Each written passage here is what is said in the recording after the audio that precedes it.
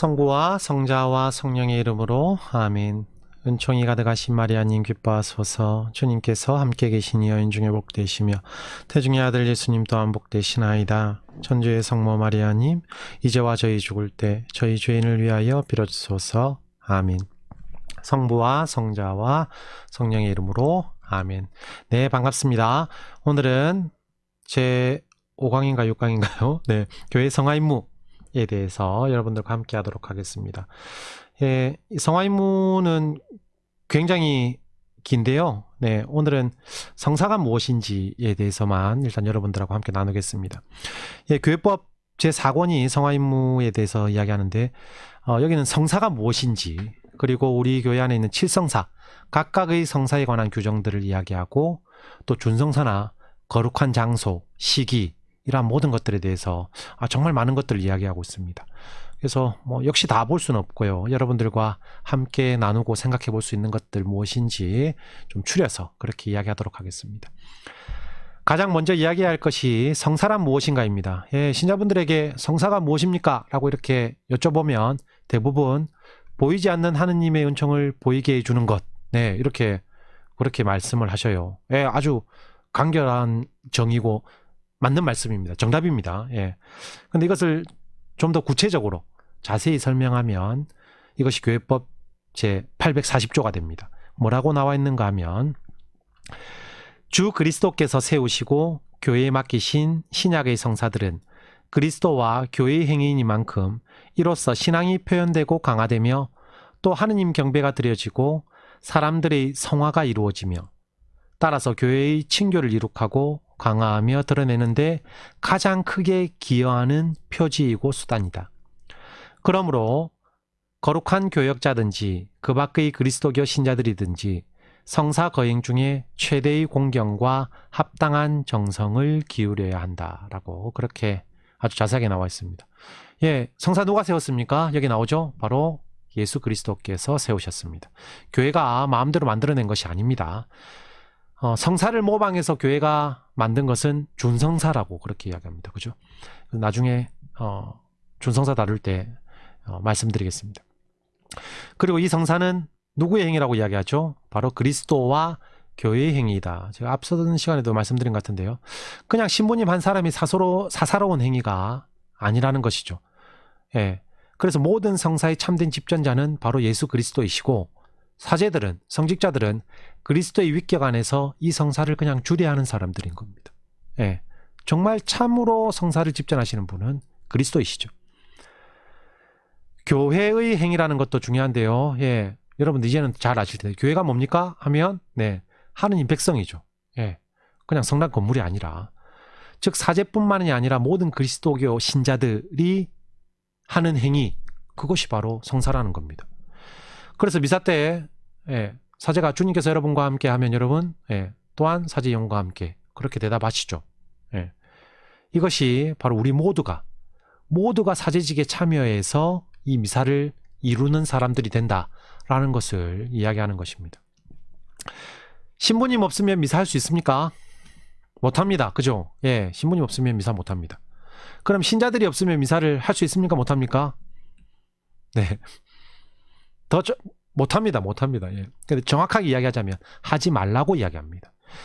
906절을 보면, 사제는 적어도 몇 명의 신자들의 참여 없이는 성찬 제헌을 거행하지 말아야 한다. 다만 정당하고 합리적인 이유가 있으면 그러하지 아니하다라고 그렇게 이야기합니다. 예. 미사 자체가 교회의 행위이기 때문에, 사제 혼자 개인의 행위가 아니라 교회의 행위이기 때문에 그렇습니다. 예, 다만 정당하고 합리적인 이유가 있으면 그렇지 않다라고 이야기하는데요. 예, 이번 코로나19로 인해서 전 세계적으로 신자들이 미사에 참여하지 못하는 일들이 생겼죠. 예, 미사가 중단됐습니다. 하지만 사제 신부님들은 신자분들의 사진을 붙여놓거나, 그죠? 이름을 붙여놓고 미사를 봉헌한 신부님들 계셨죠. 예. 그리고 주교님께서도 유튜브를 통해서, 그죠? 미사를 봉헌하셨습니다. 이런 이유가 있다면, 가능합니다. 하지만 그런 이유가 없다면 신부님들도 신자 없이 미사 못합니다. 신자가 있어야 미사를 할 수 있는 겁니다. 예, 그래서 어떻게 해야 됩니까? 그러면 신자분들은 신부님이 미사를 할 수 있도록, 신부님이 미사를 할 수 있도록은 아닙니다만, 미사가 잘 이루어지기 위해서는 신자분들이 미사에 가셔야 됩니다. 그래서 평일 미사에도 많이 가셔야 됩니다. 예. 뭐 월요일 새벽 미사 가셔야 됩니다. 여러분들이 안 가시면 미사를 못 하기 때문에 미사가 없어지죠. 여러분들이 가셔야 미사를 할 수 있는 겁니다. 그리고 성사의 효과에 대해서도 이야기하는데요. 어떻게 된다고요? 신앙이 강화되고 하느님께 경배가 드려지고 사람들이 거룩해지고 성화가 이루어지고 그리고 서로 친교를 나눈다라고 이야기합니다. 이것이 우리가 접하는, 우리가 봉헌하는 성사의 효과이자 목적입니다. 여기서요, 사람들이 거룩해지고 친교를 나눈다라고 이야기하는데 여러분들과 제가 한 가지 나누고 싶은 것이 있습니다. 성사, 이것을 한자말로 그대로 쓰면 뭡니까? 거룩한 일, 그죠? 거룩할 성자에 일사자 써서 거룩한 일입니다. 거룩한 일을 많이 하면 어떻게 됩니까? 거룩해지겠죠. 그런 친교를 나누려면 어떻게 해야 되느냐? 친교는 사람과 사람이 나누는 겁니다. 그러면 사람의 일을 해야겠죠. 사람의 일을 한자말로 하면 뭡니까? 인사입니다. 사람인자 일사자 인사. 그래서 친교를 나누려면 인사를 해야 됩니다. 제가 본당에 있어 보면 있을 때 또 제가 있었던 본당만 이야기하는 건 아닙니다. 제가 느끼기에 우리 신자분들이 잘 못하는 것이 바로 이 인사입니다. 우리 미사 때 평화 인사도 있는데 그때 뭐 인사를 다 해서 그런지 모르겠습니다만 미사 전후로 신자분들이 인사를 잘 안 합니다. 왜 안 하십니까? 모르는 사람이라서 안 합니다. 그러니까 아는 사람하고만 인사를 하는 것이죠. 그죠? 그런데 잘 생각해 보면 모르기 때문에 인사해야 됩니다. 우리 한 공동체에 속한 사람인데, 우리 교회에 속한 사람인데 내가 그 사람을 잘 몰라요. 우리는 그리스도의 지체라고 이야기하지 않습니까? 나는 손이고 저 사람은 발이고 머리신 그리스도를 중심으로 한 지체를 이루고 있는데 내 발이 어디 있는지 누군지 모르는 겁니다. 그렇기 때문에 인사해야 되는 것이죠. 우리 모두가 함께 하나님 백성을 이루고 있기 때문에 모르면 인사하고 알아야 됩니다. 우리나라는 예로부터 그 유학의 영향을 받아서 어렸을 때부터 엄청난 교육을 받아왔죠. 인사해야 된다. 인사 잘하라고. 그래서 인사를 어떻게 합니까? 아랫사람이 윗사람에게 인사를 합니다. 그래야 인사성 밝다 소리도 듣고 그죠? 좋은 일입니다. 그런데 그것은 유교 문화이고 그리스도교 문화는 전혀 그렇지 않습니다. 인사는 먼저 보는 사람이 하는 겁니다. 내가 먼저 발견하면 인사를 해야 돼요. 가브리엘 천사 보십시오. 성모님 찾아갔을 때 누가 먼저 인사합니까? 천사가 먼저 인사합니다. 성경 보면 우리를 천사보다 못하게 만드셨다 이렇게 우리가 고백하는데도 그럼에도 불구하고 천사 먼저 인사하죠. 그리고 성모님께서 엘리사벳을 만날 때 엘리사벳이 성모님을 찾아온 게 아닙니다. 성모님이 엘리사벳을 찾아가셨습니다. 먼저 인사하죠. 자키오를 만났을 때, 예수님께서 자키오 만났을 때 자키오가 나무 위에 올라가 있으니까 돌모가 나무 위에 올라가서 예수님 뭐라고 합니까? 내려오라 그러죠. 예수님이 먼저 인사합니다. 사마리아 길을 지나가시다가 우물가에서 여인에게 물을 달라고 하시면서 예수님이 먼저 인사합니다. 항상 그렇습니다. 항상 복음서 보십시오. 구약도 마찬가지입니다. 모세가 떨기나무에서, 불타는 떨기나무에서 하느님 만났을 때 누가 먼저 인사합니까? 하느님 먼저 인사합니다. 보십시오. 항상 하느님, 예수님 먼저 본 사람이 인사합니다. 게다가 예수님께서 복음서에 아주 중요한 이야기를 하시죠. 바리사이들이 불행하다고 하시면서 그 이유가 너희는 장터에서 인사받기를 좋아한다. 높은 자리 가기 좋아하고 장터에서 인사받기 좋아한다. 인사받는 걸 굉장히 불행한 거라고 그렇게 이야기하셔요. 그리고 결정적으로 마태오복음 5장을 보면 원수를 사랑하라고 말씀하시면서 너희가 자기를 사랑하는 이들만 사랑한다면 무슨 상을 받겠느냐? 그것은 세리들도 하지 않느냐? 그리고 너희가 자기 형제들에게만 인사한다면 너희가 남보다 잘하는 것이 무엇이겠느냐? 그런 것은 다른 민족 사람들도 하지 않느냐? 그러므로 하늘의 너희 아버지께서 완전하신 것처럼 너희도 완전한 사람이 되어야 한다. 라고 그렇게 말씀하십니다. 그러니까 누가 인사할 때까지 기다리면 안 됩니다. 저 인간은 왜 나한테 인사 안 하는 거지? 나도 인사 안 해. 이렇게 하면 안 됩니다. 먼저 본 사람이 해야 됩니다. 그 사람이 인사를 받든 말든 해야 됩니다. 그 사람이 인사를 받을 만하면, 내 인사에 포함된 그 평화를 받을 만하면 그 사람한테 머물 거고, 받을 만한 사람이 아니면 그 평화가 우리에게 되돌아온다고 그렇게 말씀하셨습니다. 그래서 결론은 성사를 잘 받으려면 인사를 잘해야 됩니다. 성사와 인사, 예, 아주 밀접한 관련이 있습니다. 그리고 다음으로 아주 중요한 조항을 한 가지 알려드리겠습니다. 843조인데요. 이렇습니다. 올바로 준비하고 또 법으로 성사받기를 금지당하지 아니한 이들이 합당하게 성사를 청하면 거룩한 교역자들은 이를 거절할 수 없다. 여러분들이 올바르게 준비하고 혹시라도 큰 잘못을 해서 주교님으로부터 성사받으면 안 됩니다. 미사 참여 못합니다. 영성지 못합니다. 이런 처벌을 받은 것이 아니라면 언제든지 성사를 청할 수 있고, 그렇게 청해진 성사를 신부님들께서 절대로 거절할 수 없다는 것이 교회법에 딱 나와 있는 것이죠. 네. 물론 이런 건 안 됩니다. 미사 시간 다 정해져 있는데 주일날 밤 11시에 찾아와가지고 신부님 제가 주일 미사 못해서 그런데 미사 지금 합시다. 예, 이렇게 하시면 안 됩니다. 예, 그건 합당하게 정하는 게 아니죠. 예. 예를 들면 이런 겁니다. 신부님들 쉬시는 날이 언제죠? 월요일이죠. 예. 물론 저는 학교에 있기 때문에 쉬는 날이 틀립니다만 법적으로 어쨌든 주간에 하루를 쉴 수 있게 돼 있습니다. 신부님들도 그 법에 나와 있습니다. 휴가 줘야 된다고. 예. 보좌 신부님들도 마찬가지입니다. 보좌 신부님도 휴가 1년에 15일 받아야 됩니다. 예. 그래서 혹시나 본당의 보좌 신부님들이 1년에 15일 휴가 못 가면 가야 된다고 주임 신부님한테 이야기하십시오. 예. 신자분들이 해주셔야 가겠죠. 안 보내주시는 분은 안 계십니다. 예. 예. 어쨌든 하루에 쉴 수 있는데 갑자기 위독한 환자가 생겼다. 위독한데 뭐 날짜가 정해졌습니까? 요일이 정해진 게 아니죠. 월요일을 위독할 수 있는 거죠. 예. 그러면 병자 성사를 청해야 되죠. 그 신부님께 좀 빨리 와달라고 청했습니다. 신부님이 저 오늘 쉬는 날인데요 라고 거절할 수 있습니까? 없습니까? 없습니다. 없을 뿐더러 뭐 그럴 분도 안 계십니다. 예. 또 이런 일이 있을 수 있겠죠. 월요일에 신부님, 예, 월요일이 됐네요. 월요일 오후에 신부님께 전화해서 신부님 제가 지금 고해성사 보고 싶은데 예, 성사 보러 가도 되겠습니까? 뭐 신부님께서 다행히 본당에 있으면 다행입니다만 예, 근데 뭐 안 계실 수도 있죠. 월요일이니까. 그럼 이걸 거절할 수 있습니까? 없습니까? 예.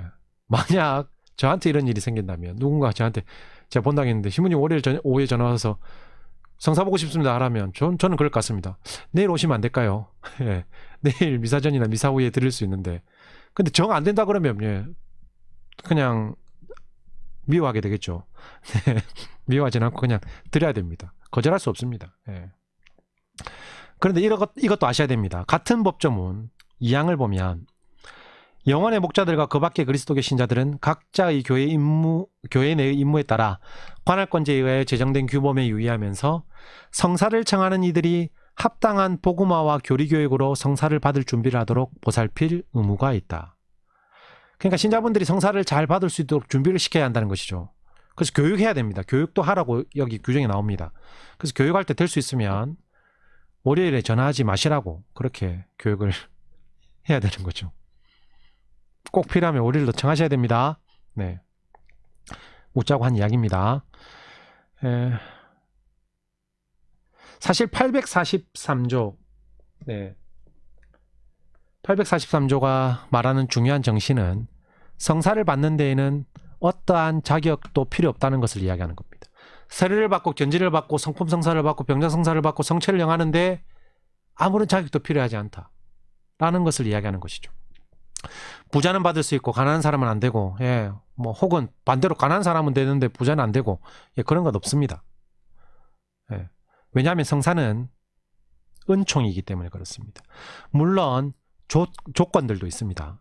세례를 받으려면 교리교육을 받아야죠. 그죠? 예, 견진 받으려면 필요한 나이 제한도 있습니다. 서품을 받으려면 신학교에서 공부해야 되고 필요한 과정들을 다 거쳐야 됩니다. 예.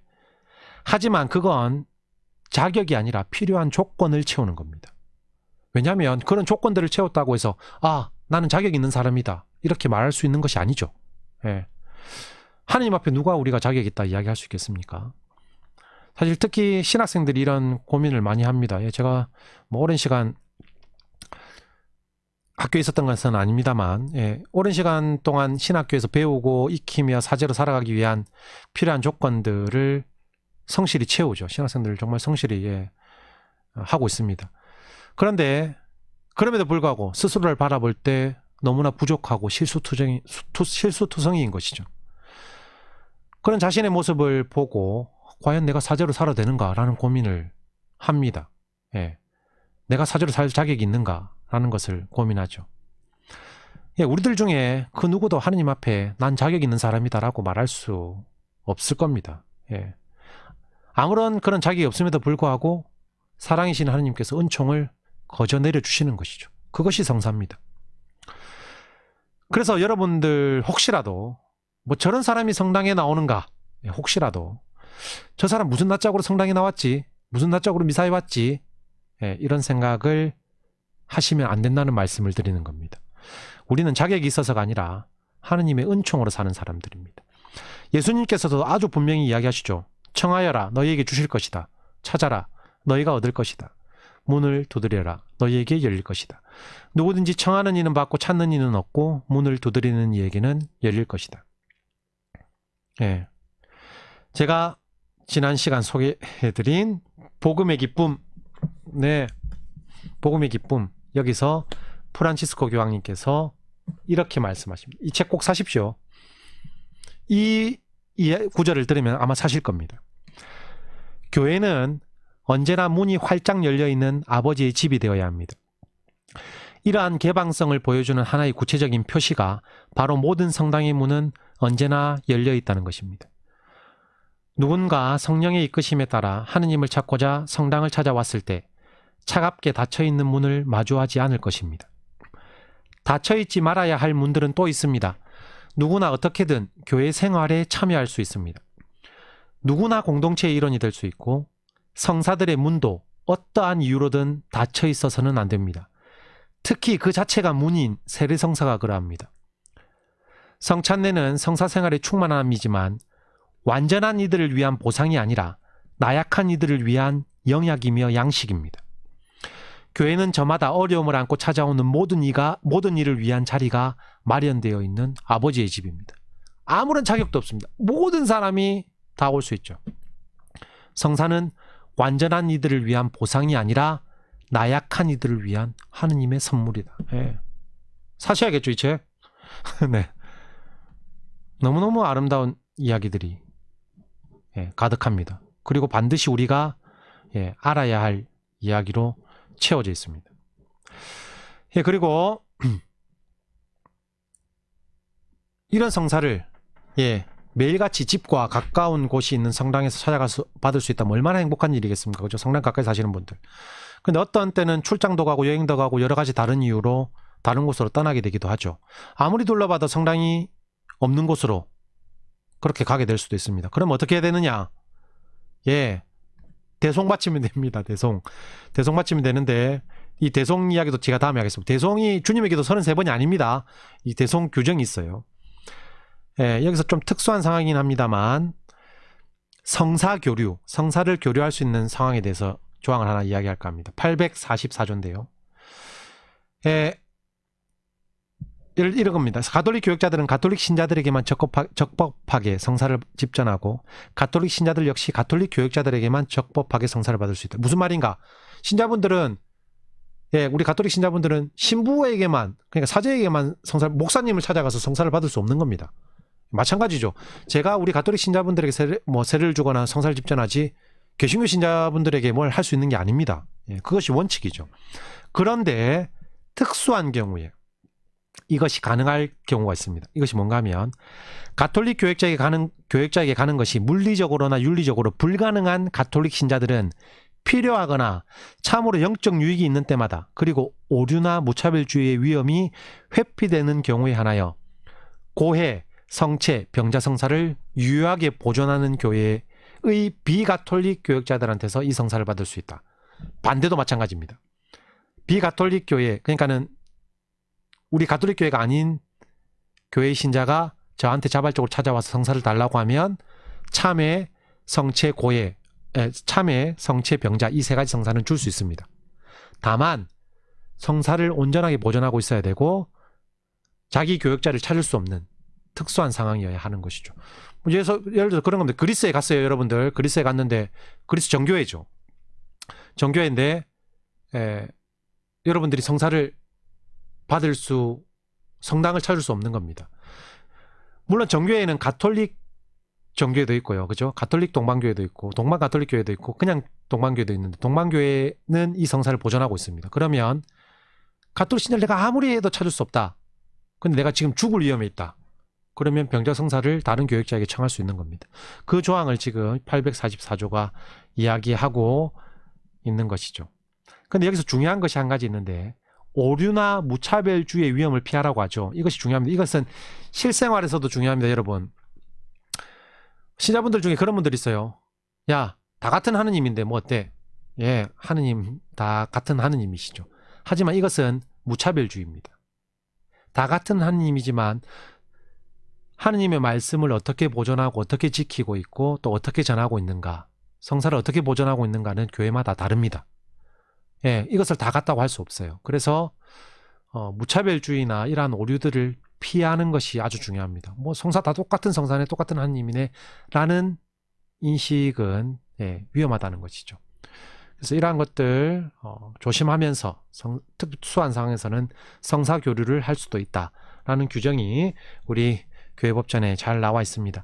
네, 여러분들하고 오늘 성화 임무 의 성사는 무엇인가라는 아주 짧은 부분에 대해서 한 겁니다. 이제 앞으로 세례성사, 견진성사 각각의 성사들을 다 다루고 또 준성사, 기타 등등 여러 가지 다 다루도록 하겠습니다. 다음 시간 세례성사 여러분들과 함께 나누도록 하겠습니다. 네, 영광이 성부와 성자와 성령께 처음과 같이 이제와 항상 영원히 아멘. 성부와 성자와 성령의 이름으로 아멘.